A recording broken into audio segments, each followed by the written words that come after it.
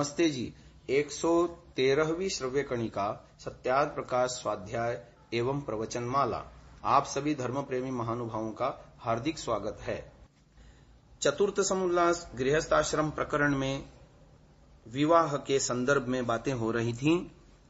वर्ण व्यवस्था गुण कर्म स्वभाव के अनुसार होनी चाहिए, इस बात का प्रतिपादन इस श्रव्य कणिका में कर रहे हैं। प्रश्न उठाया, जिसके माता पिता ब्राह्मण ब्राह्मणी हो वह ब्राह्मण होता है, जिसके माता पिता अन्य वर्णस्थ हो उनकी संतान कभी ब्राह्मण हो सकती है? उत्तर दिया, हां, बहुत से हो गए, होते हैं और होंगे भी। जैसे छांदोग्य उपनिषद में जाबाल ऋषि अज्ञात कुल में पैदा हुए, महाभारत में विश्वामित्र क्षत्रिय वर्ण और मातंग ऋषि चांडाल कुल से ब्राह्मण हो गए थे। अब भी जो उत्तम विद्या स्वभाव वाला है वही ब्राह्मण के योग्य और मूर्ख शूद्र के योग्य होता है, और वैसा ही आगे भी होगा। तो ब्राह्मण शरीर बनाने का क्या साधन है, इसकी चर्चा करने से पहले हम थोड़ा सा इस बात को भी और विस्तार से बताना चाह रहे हैं कि ये जो प्रमाण ऋषि दयानंद ने दिए हैं इसकी थोड़ी गहराई में जाते हैं।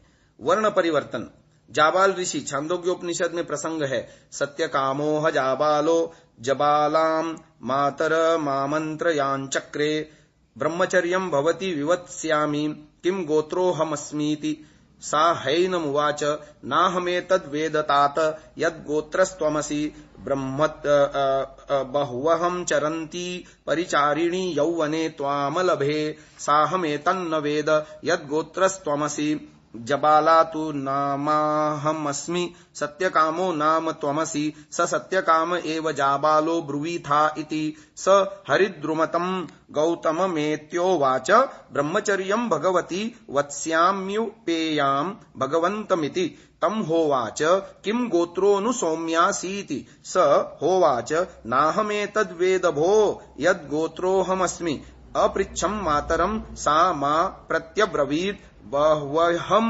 चरन्ति परिचारिणी यौवने त्वामलभे साहमेतन्न वेद यद्गोत्रस्त्वमसि जाबाला तु नामहमस्मि सत्यकामो नाम त्वमसीति सोऽहं सत्यकामो जाबालोऽस्मीति तम होवाच नैतद् ब्राह्मणो विवक्तुमर्हति समिधं सौम्याहर उपत्वान्येष्ये न सत्यादगा इति। अर्थात सत्यकाम जाबाल ने अपनी माता जबाला से परामर्श किया कि हे माते, मैं ब्रह्मचर्य वास करना चाहता हूं, तू बता मेरा गोत्र क्या है। उसने कहा, हे तात, मैं नहीं जानती कि तेरा गोत्र क्या है। मैंने इधर उधर घूमते बहुतों की सेवा करते हुए तुझे प्राप्त किया है, इसलिए मैं नहीं जानती कि तेरा गोत्र क्या है। मैं तो बस इतना जानती हूं कि मेरा नाम जबाला है और तेरा नाम सत्यकाम है। सो तू आचार्य को अपना नाम सत्यकाम जाबाल बता देना। वह सत्यकाम हारिद्रुमत गौतम के पास जाकर बोला, मैं श्रीमानों के पास ब्रह्मचर्य वास करना चाहता हूं। उस आचार्य ने कहा, हे सौम्य, तेरा गोत्र क्या है? उसने उत्तर दिया, महाराज, मैं नहीं जानता कि मेरा गोत्र क्या है। मैंने माता से पूछा तो माता ने कहा, अतः मैं सत्यकाम जाबाल हूं। आचार्य ने कहा, ऐसी बात अब्राह्मण नहीं कह सकता। सौम्य, समिधा लाओ, मैं तेरा उपनयन करूंगा। तू सत्य से विचलित नहीं हुआ। काठक संहिता में आया, किम ब्राह्मणस्य पितरम किमु पृच्छसि मातरम श्रुतम चेदस्मिन् वेद्यम स पितामहः। ब्राह्मण से क्यों पूछते हो कि तुम्हारी माता पिता कौन है? यदि उसमें ज्ञान और सत्य है तो वही उसके पिता और पितामह हैं। अब विश्वामित्र के विषय में वाल्मीकि रामायण में लिखा है, ब्राह्मण्यम तपसोग्रेण प्राप्तवानसी कौशिकः। ये बालकांड में आया। अर्थात उग्र तप के द्वारा कौशिक यानी विश्वामित्र ब्राह्मण हो गए। महाभारत में लिखा है, भृगोर वचन मात्रेण सच ब्रह्मर्षिताम गतः वीतहव्यो महाराज ब्रह्मवदित्वमेव च। हे महाराज, भृगु के वचन मात्र से क्षत्रिय राजा वीतहव्य ब्रह्मर्षि एवं ब्रह्मवादी हो गया। वीतहव्य का शत्रु राजा प्रतर्दन इस बात से प्रसन्न था कि उसने अपने विरोधी क्षत्रिय राजा को पनी जाति का परित्याग करके ब्राह्मण बनने को विवश कर दिया। स एव राजा वीर्येण स्वजातिम त्याजितो मया, महाभारत में ये आया है। इसी अध्याय के आरंभ में युधिष्ठिर ने भीष्म पितामह से कहा, विश्वामित्रेण च पुरा ब्राह्मण्यम प्राप्तमिति, अर्थात पुराने समय में विश्वामित्र ने ब्राह्मणत्व प्राप्त किया था। यह कहा जा सकता है कि विश्वामित्र ने किसी जन्मांतर में ब्राह्मणत्व प्राप्त किया होगा, क्योंकि वर्तमान क्षत्रिय शरीर के रहते तो वर्ण परिवर्तन नहीं हो सकता। इसका स्पष्टीकरण यहाँ अनुशासन पर्व के अंतर्गत इस वार्तालाप से हो जाता है। युधिष्ठिर ने पितामह भीष्म से पूछा, कथम प्राप्तम महाराज क्षत्रियेण महात्मना विश्वामित्रेण धर्मात्मन ब्राह्मणत्वं नरर्षभ देहांतर मनासाद्य कथम स ब्राह्मणो अभवत्। इस प्रसंग से स्पष्ट है कि विश्वामित्र उसी शरीर के रहते क्षत्रिय से ब्राह्मण हो गए थे। इस बात की पुष्टि इस श्लोक से भी होती है।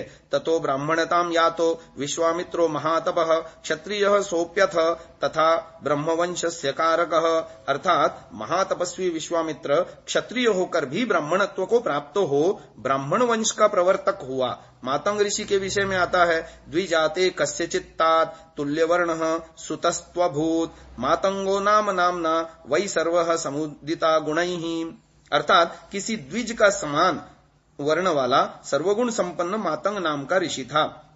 ब्राह्मण्याम वृषलेन त्वमन्तायाम नापितेन च जातस्त्वमसि चांडालः चांडालयो नौ जातो ही कथम ब्राह्मण्यम आप्तवान, अर्थात हे भरत श्रेष्ठ, यह उचित ही है कि मातंग ने चांडाल कुल में पैदा होकर भी ब्राह्मणत्व को प्राप्त किया।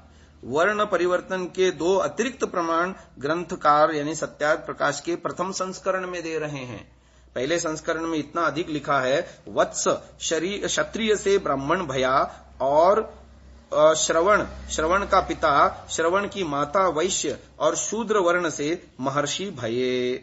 कुल परिवर्तन सायणाचार्य ने अपने ऋग्वेद भाष्य के द्वितीय मंडल के आरंभ में लिखा है, मंडल द्रष्टा गृत समध ऋषि स च पूर्वम अंगिरस कुले शुनहोत्रस्य पुत्रः यज्ञकाले असुरैर्गृहीतः इंद्रेण मोचितः पश्चात् तद्वचनैनैव भृगुकुले शुनकपुत्रो गृत समद नामा अभूत् तथा चानुक्रमिणा ये आंगिरसः शौनहोत्रो भूत्वा भार्गवः शौनकोऽभूत् स गृत् समदो द्वितीयं मण्डलम् अपश्यत् तथा तस्यैव शौनकस्य ऋष्यनुक्रमे क्रमणे त्वमग्न इति गृत् समदः शौनको भृगुता गतः शौनहोत्रः प्रकृत्या तु य आंगिरस उच्यते। मंडल का राजा मंडल का दृष्टा गृत समद है, वह पहले आंगिरस कुल में शुनहोत्र का पुत्र हुआ। यज्ञ काल में असुरों से पकड़ा गया, इंद्र ने उसे छुड़ाया। पश्चात उस इंद्र के वचन से ही वह भृगु काल में शुनक का गृत समद नाम का पुत्र हुआ। वैसा ही अनुक्रमणिका में भी कहा है, जो अंगिरस शौनहोत्र होकर भार्गव शौनक हुआ, उसी शौनक का ऋषि अनुक्रमणिका में वचन है कि त्वमग्ने, इससे आरंभ होने वाले मंडल को भृगुता का प्राप्त हुए शुनक पुत्र गृत समद ने देखा, जो मूल में अंगिरस शौनहोत्र कहा जाता है। इन सब प्रमाणों से ऋषि दयानंद आदि ने ये बताने की कोशिश की कि जन्मना वर्ण व्यवस्था जो विकृति आज समाज में फैली है, वैसी प्राचीन वैदिक मान्यता नहीं है। गुण कर्म स्वभाव के आधार पर वर्ण व्यवस्था होती है और निम्न वर्णस्थ कुल में उत्पन्न होने पर भी अपनी योग्यता और अपने पुरुषार्थ से ब्राह्मणत्व को, उत्तम वर्णत्व को प्राप्त होने के उदाहरण दे करके हमको एक विशुद्ध वैदिक व्यवस्था दी।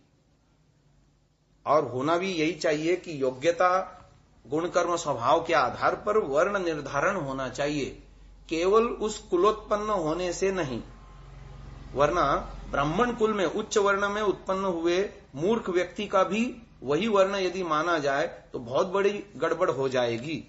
और उसके साथ अन्याय हो जाएगा जो नीच कुलोत्पन्न है परंतु उसमें क्षमता, योग्यता, विद्या के क्षेत्र में आगे बढ़ने की है और उसको उससे वंचित रखा जाए। तो ये दोनों ही तरफ से हानि है।